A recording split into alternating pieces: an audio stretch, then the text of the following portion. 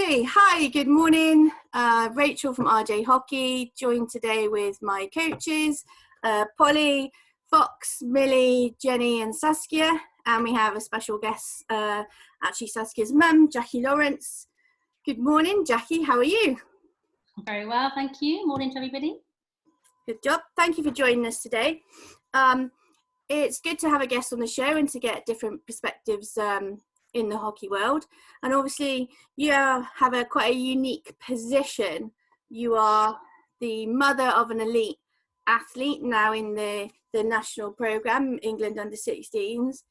You are a school hockey coach and an ex-club coach. So a big role and involvement in the hockey world for quite a long time. So a massive achievement. How does that make you feel?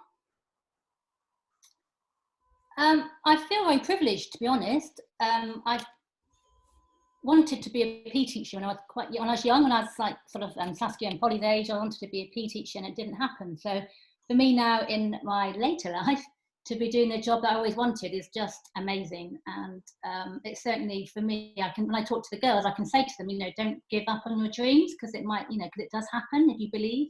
So I just feel incredibly fortunate, and for that, and also because I've just taught some not only the amazing hockey players, but just some lovely girls that are generally, they want to learn, they're dedicated, they're committed, but they know how to have fun as well, which I think is massively important. So yeah, best job in the world. Yeah. Is it just the private schools that you've coached hockey in? No, when I started at primary schools, and I went around state schools doing hockey, trying to introduce hockey, playing on the classic, awful sort of, unfortunately, small size pitches, no equipment. And that was amazing, just to show the growth that you could get in a 7-8-year-old playing, like with the big yellow balls. Yeah, I remember doing that with the quick sticks. Yeah. So that's how I started doing it, which was fantastic as well. Very different, clearly. But still very inspiring. That's a lot like what I'm doing now, actually. How strange is that, Jackie? Yeah. Oh, I loved it. And actually, some people now that I teach at my school, I taught in their primary school, which is quite interesting. That's quite rewarding to see how far they've come from primary to senior and stuff. Good stuff. So something we touched on last week with the coaches, because obviously they're all in in different schools and doing different things in clubs and in the player pathway and all that kind of thing, is they're coached by lots of different people. So I think it was Polly, for instance, said she's coached in school and she has to put her school hat on. She's coached in club and she has to put her club hat on. And then for Millie and for Saskia, they've got their England hat and a performance centre and all that kind of thing. So lots and lots of different coaches, giving them lots of maybe slightly different information, and sometimes they can get a little bit confused and not know who wants what and what not. And I think for me the important thing is the communication between the coaches for that person, and I don't think that's quite there. But what's it like from a teaching perspective? So teaching hockey at the level that you do in your school, what's it like being the teacher of the pupil, knowing that they've got different things from different people? What sort of stories have you got there to tell us your experiences of that? Are there students that, no, I've been taught to do this differently and I'm going to stick this way? There's probably two different sorts of people that you've been coaching there. And I wouldn't say I've individually had people come up to me and say I don't want to do it this way, or I've never had that. I feel as a teacher, that we're very lucky that we spend a lot of time with these girls, so as Saskia's England coach, or even as a club coach, you only see them probably, England, you're like twice a month, maybe, club coach 2 or 3 times a week. But at school, I literally see some of these girls every day. I used to joke, I used to see some of the kids at school more than I saw not from Saskia, I used to see them more than I saw Toby, my own son. Yeah. Because when you've got sporty kids, they are around the PE department all the time. And we do lunchtime class, so you build up a really strong relationship with these girls. So I feel as a school coach, those clashes don't happen. I am aware that they're being taught by other different coaches. Yeah. And we need to be aware, and you mentioned it earlier, we're not quite there yet. Teachers are very busy. At club, people are volunteering, so they don't have time, because we do need to understand these girls are under so much pressure academically, as well as how much they've got to balance.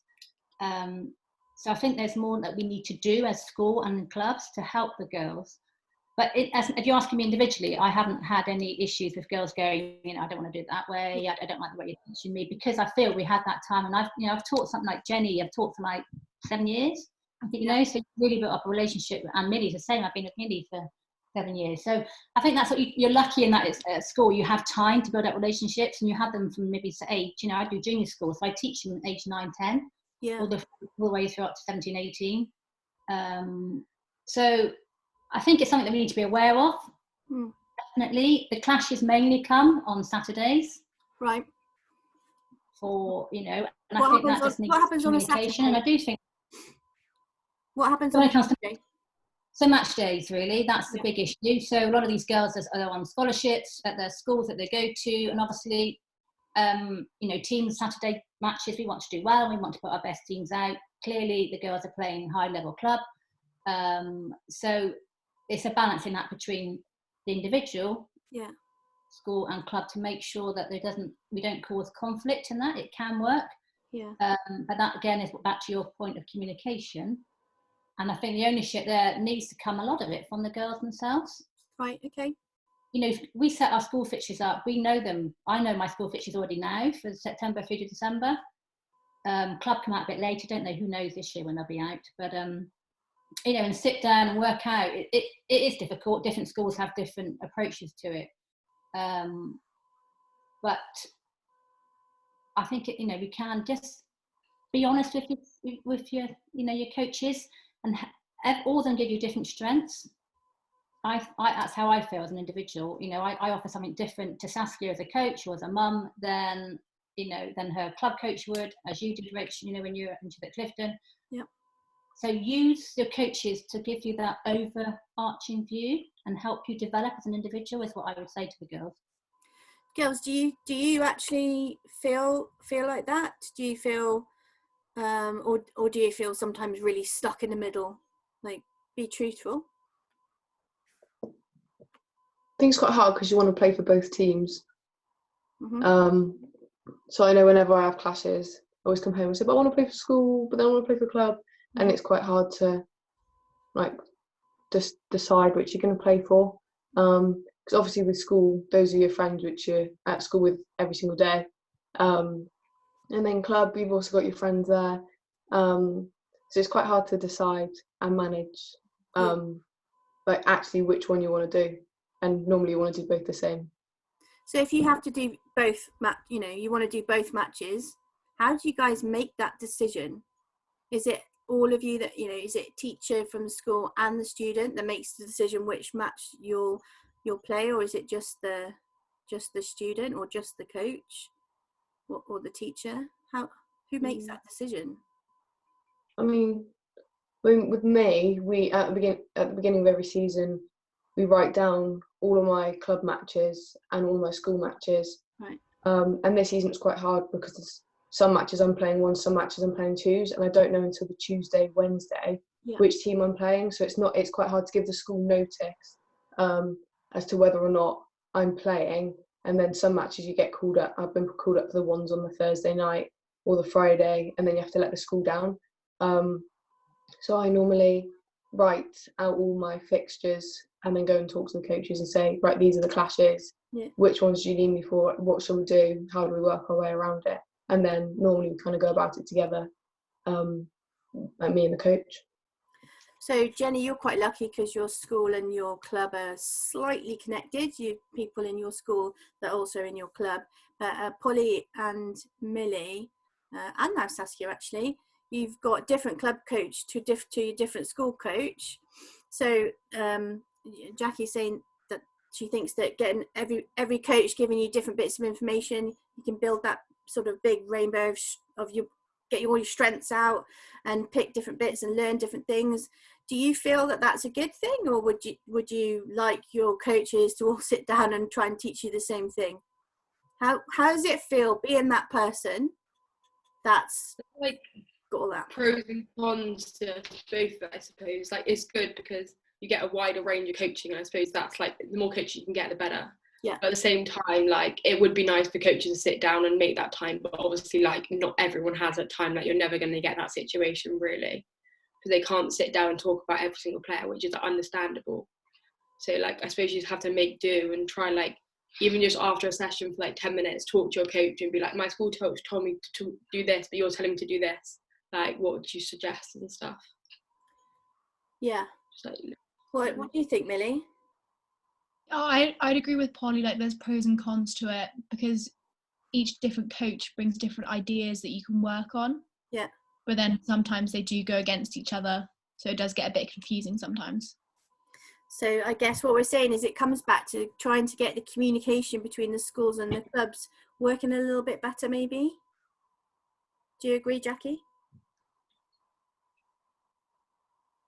Yeah, it's Tough one, isn't it? really a difficult one. Yeah.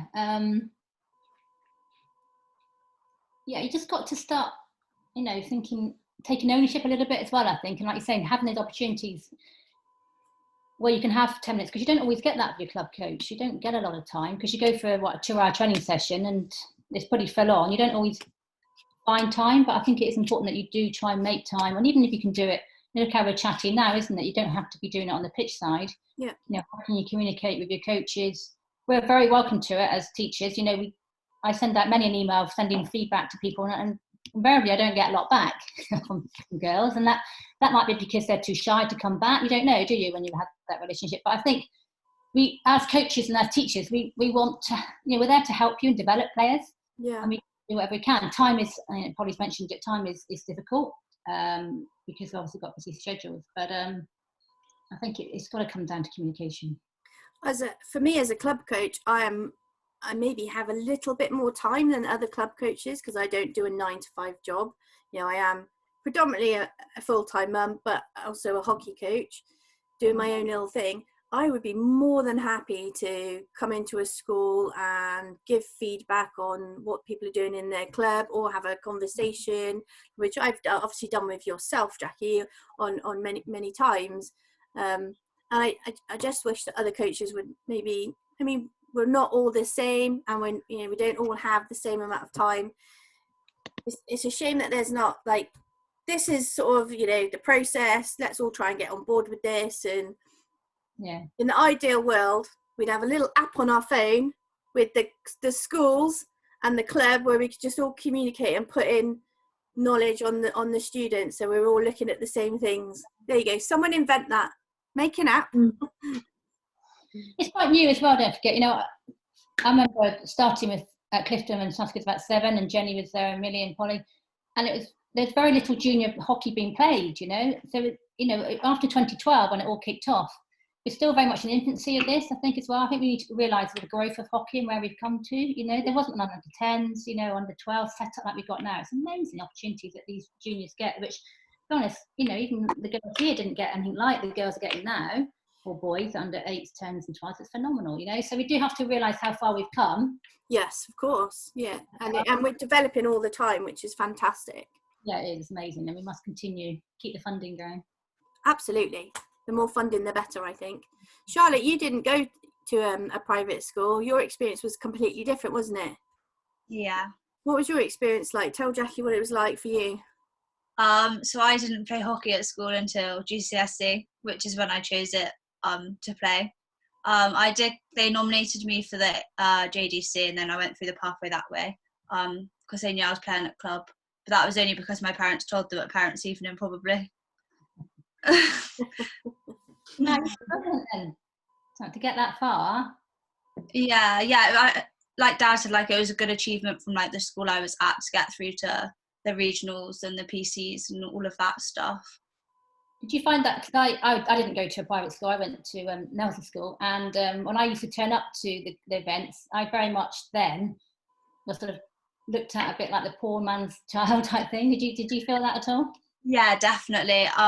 Because well, especially when I first went, like they were all like, oh, it's a group of the Clifton College girls and like a group of the Redmead girls, and it was all like really clicky between the schools, and like I wouldn't even get past the ball. But then I became friends with the Clifton College girls, and then that's when like I actually got past the ball, and that's when I started to progress. I think it took me like a year, 2 years to get through to JDC and then county and then all of them, to work my way up. Yeah, well, that's fantastic to hear, isn't it, when you hear those stories? It's definitely something we need to look at, and people are aware of it, aren't they, that we need to get hockey into it's difficult with facilities, but to get it into the state schools, because there's talent out there that's just not being seen. It's all getting missed, isn't it? Yeah. There's a few at your England camp. How many, South? There's like 3 or 4, I think, no, that aren't Something like that. That aren't private school. That's incredible, isn't it? Incredible. Yeah. The conversation we just had with our previous guest, Eve, she was one of those that got completely missed because she went to a state school. So talking about talent then, and just moving on a little bit, you're obviously putting your other hat on. You're a parent of an elite athlete now. In fact, 2 elite athletes, because your son is a very, very good footballer, and obviously a little bit older than Saskia, so has paved the way for Saskia. But you're the parent of 2 elite athletes. You're a hockey coach in school, you're a club coach. It's a lot of things that you're doing, and then having to worry about your own child and how they personally develop, how they personally grow and get their experience, and you want them to, you know, be the best that they can. And obviously you'd have noticed early on that Saskia was talented. How hard has that been for you? What have you had to deal with? What have you had to deal with in terms of, maybe have you faced sort of, oh, I'm giving my child opportunities because of who you were, or that kind of thing, or what, have you faced any backlash at all like that before we go on to the nice stuff? The odd comment, I would say, but no, I haven't. I've been very fortunate. No, that is good. No. I'm pleased about that, because some parents obviously have, it's just because of who your dad is or who your mum is. That's, certainly when I was playing hockey at their age, it was all about who your mum or your dad was. Oh, really? Yeah, but that was in Wales, so slightly different. Have you had anything, Sam? Not like had it personally, but you get like the sort of, that some people may think, oh, because your mum's the coach and stuff like that. I think you definitely sort of not feel it, but you can sort of sense it, and like you can hear like from other people saying like, oh, I don't know, that girl got in because her mum's a coach, something like that. You can sort of think, well, that's the same position as me. But I think I haven't had it bad. No, I've been pretty lucky. I believe that you're one of these people that can just brush those comments off anyway. I don't think anything like that affects you. Am I right there, or does it affect you if you hear anything? Or do you think? I think when I was younger, like when I first started, it's quite hard because obviously mum was at the school before me. But then I think now it doesn't really bother me. You've kind of come into your own and gone past that now, and your mum hasn't got a magic wand. She couldn't have made your England thing happen. So yeah, I guess you're past that now. So you do play for England. It's a lot of commitment, just like Millie. What's that like as a parent then, Jackie? Tell us your experiences. Well, firstly, obviously hugely proud. Paul and I are incredibly proud of both of them, because it doesn't come easy. As all the girls know, it's incredibly difficult. And you have to be, they have to be committed, they have to be organised, they have to give up on things. But the rewards are massive, if you're prepared to do it, then to put an England shirt on. I haven't had that feeling. Obviously I'm Scottish, I'd put a Scottish shirt on. But to have that feeling must be amazing. But the key message I'd give now is that now we've got there, actually the hard work starts now. Yeah. And that's the message that's been given to Saskia, definitely, and Millie, that you've done brilliantly to get here, but now the hard work really kicks in. Interestingly, one thing with Toby, when all the way through his football, we were always told at an academy they're only looking to develop 1 or 2 players, because they know that at the end of the day, either that player then goes on to play in the first team, or they obviously move them on and they make money out of them. Whereas in Saskia, all the time we've been a parent, we've been going along as watching the team play, which is, what's been lovely. We've made lovely friendships, and we've gone to nationals and had fantastic events. But it now got to that point with Saskia. It now feels that's gone a little bit that way as well. It's about Saskia as an individual now and not as a team collectively. That's interesting.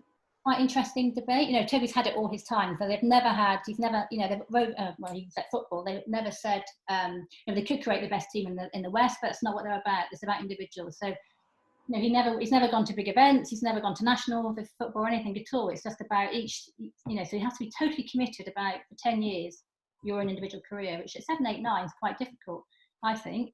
How on earth do you give those messages? Like, we're generally brought up, sport is about teams, unless you're a tennis player or a badminton singles player or whatever. How are you managing to give the message to your son, who is almost now an elite footballer? It's all about the individual, blah, blah, blah, blah. And then almost the completely different message to your daughter. This is a team sport. We play like a team. How on earth are you handling that? It was always the ethos of Toby at the football. It wasn't any different, and it wasn't hidden.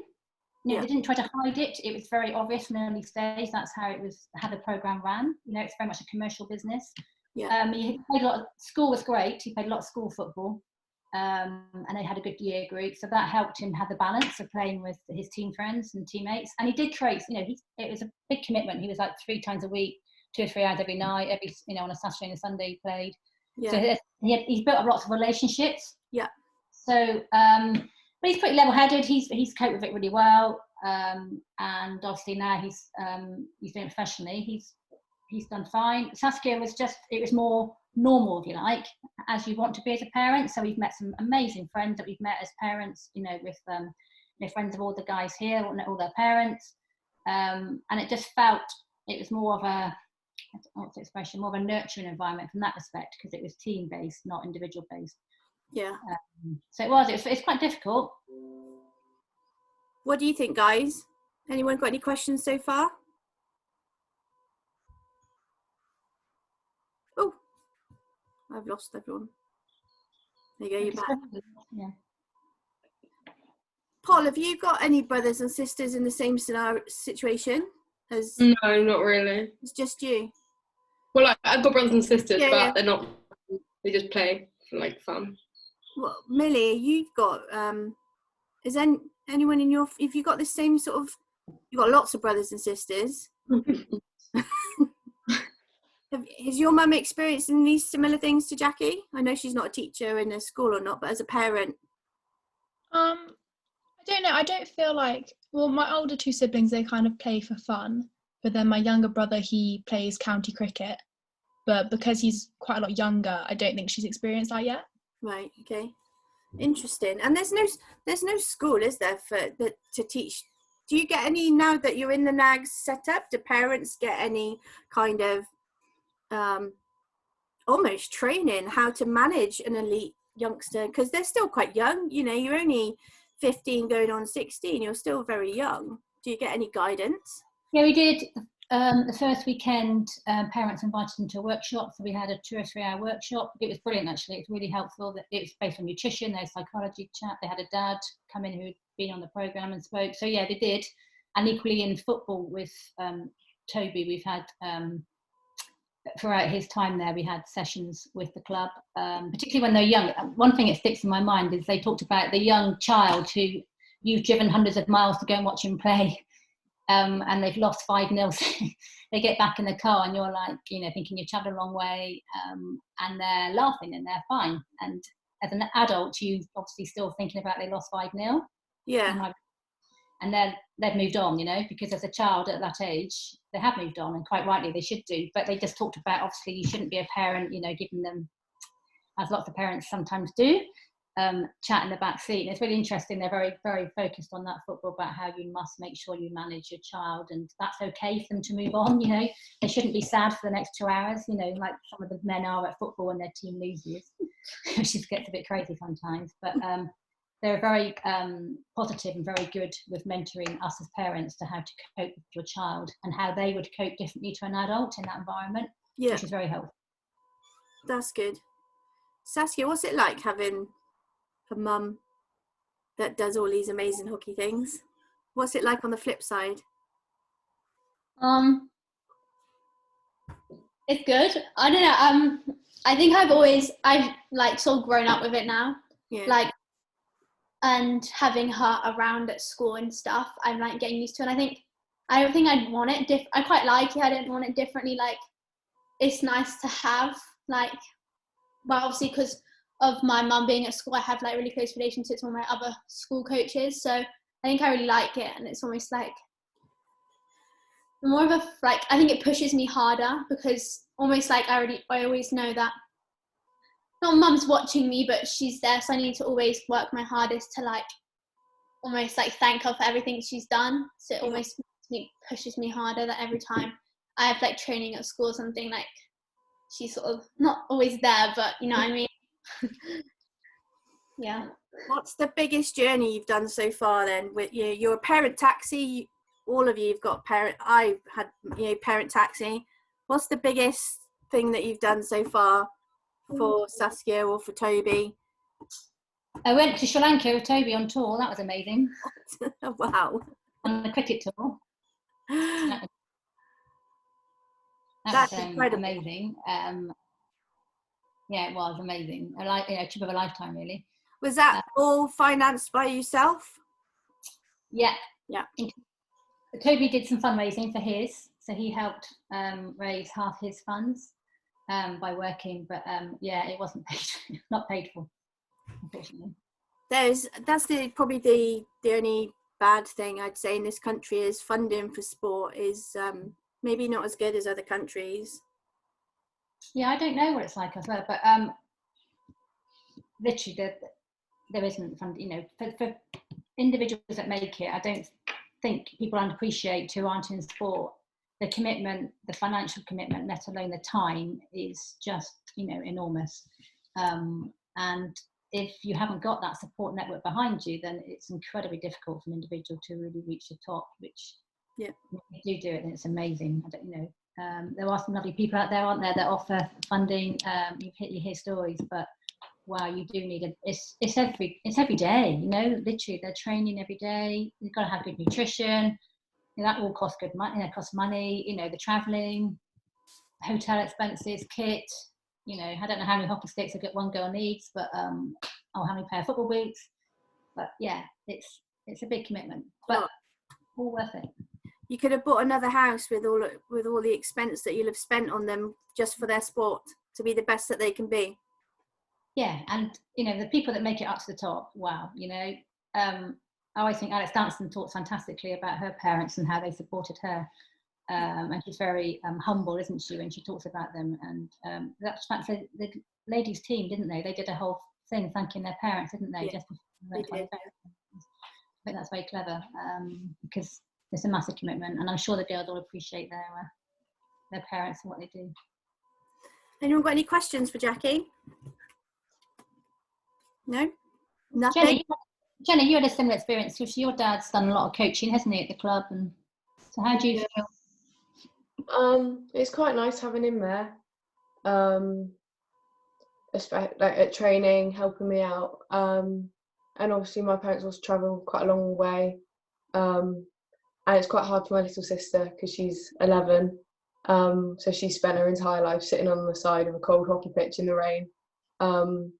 So I kind of owe my family quite a lot, giving up quite a lot to come and watch me and support me. But it's nice having dad at training and stuff, but then you do get the backlash of, oh, she's just been picked because her dad's there. Dad used to coach county and stuff, but he stopped because we were fed up of like me getting the backlash. Wish she got picked because her dad was there. But it's nice having him a coach. It's great.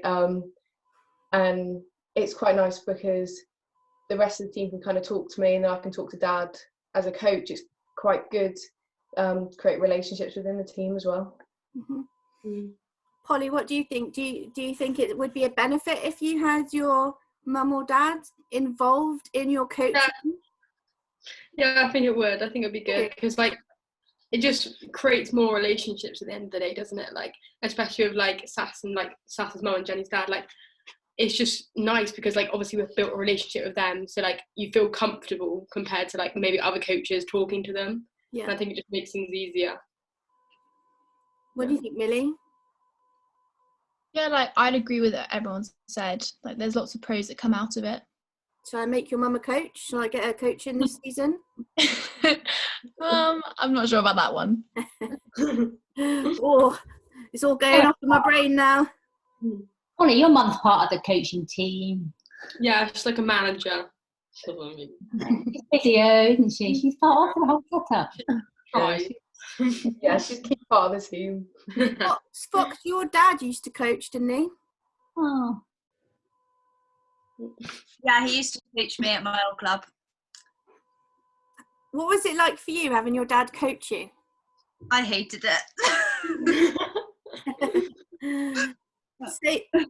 Same as me. My dad used to coach me when I was little, and I think I got to the age where enough was enough. It got to the stage where he wasn't just coaching me and running, he would run up and down the sideline shouting at me.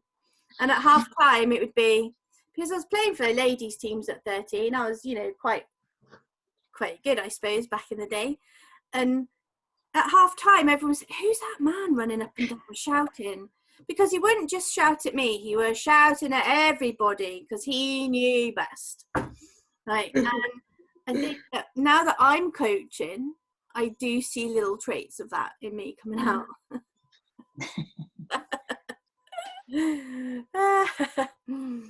That's been great. So I think we'll wrap this up now. Jackie, have you got anything you want to ask any of our coaches? Because they're all give them some advice. These are Fox definitely. Myself, I've got a young son that is hopefully going to be sporty and achieve something. Have you got any words of wisdom for any of us on how to handle our future selves? It's funny, when I first went into coaching, I thought a lot of it would be about the technical side, and that's what would be the most important thing. But over the years, what I've learned, so much of it is that psychological side and how the girls are and how they need your support. They want someone to listen to be listened to. And just give them the mental approach that enable them to develop their career. It's been fascinating over the years, because I literally thought, going in, you spend the whole time on that technical side. How can you do, the drag flicks or whatever, whatever technical bit. Yeah. But so much of my job isn't that at all. Yeah. It's just being there for the girls and mentoring them and supporting them. So for you guys as young coaches, I think if you could then apply what you've learned, because you've had so many experiences. Some of you guys, you can't underestimate. You're like 15, 16, 17, and you've been to like national events, you've played for your country. That is invaluable knowledge that you can then pass on to the 11, 12-year-olds that are coming through to help them develop their career. It's amazing what opportunities you can give and what experience you've got to pass on. Thank you, Jackie. I really appreciate that. Guys, do you appreciate everything Jackie shared with us today? Yeah. It's been really good. Thank you for being a guest. It's been our pleasure to have you. Thank you very, very much. Jackie Lawrence.